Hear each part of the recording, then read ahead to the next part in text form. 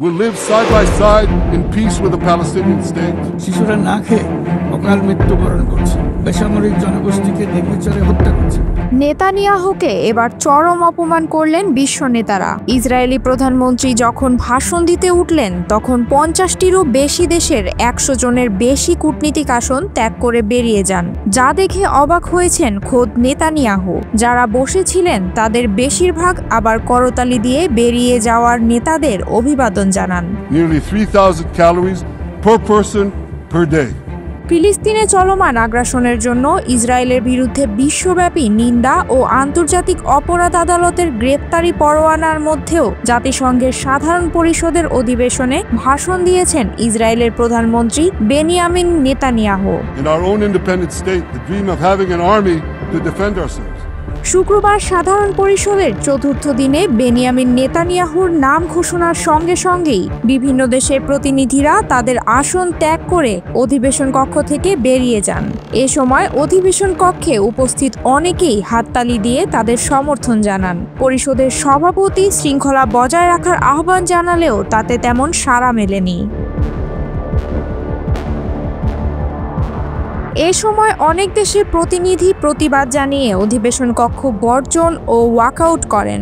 নেতানিয়াহুর ভাষণের সময় প্রধান উপদেষ্টা ডক্টর মোহাম্মদ ইউনুস সহ বাংলাদেশ প্রতিনিধিরাও অধিবেশন কক্ষে অনুপস্থিত ছিলেন। এছাড়া ডক্টর ইউনুস তার ভাষণে ফিলিস্তিনের স্বাধীনতা ও দ্বিরাষ্ট্রভিত্তিক সমাধান বাস্তবায়নের আহ্বান জানান। নির্বিচার গণহত্যা সংঘটিত হচ্ছে। আমাদের দুর্ভাগ্য যে মানব জাতির পক্ষ থেকে এর অবসানে আমরা সর্বোচ্চ চেষ্টা করছি না। এখন ওয়াশিংটন পোস্টের তথ্য অনুযায়ী নেতানিয়াহুর প্রবেশের সঙ্গে সঙ্গে 50টিরও বেশি দেশের 100 জনেরও বেশি কূটনীতিক হল থেকে বেরিয়ে যান। যারা চেয়ারে বসেছিলেন তাদের অনেককে হাততালি দিয়ে উদযাপন করতে দেখা যায়। কয়েকটি গণমাধ্যম ও সোশ্যাল মিডিয়ায় প্রকাশিত ছবি ও ভিডিওতে দেখা যায় সাধারণ পরিষদে নেতানিয়াহুর ভাষণের সময় বাংলাদেশের জন্য সংরক্ষিত চেয়ারগুলোও ফাঁকা।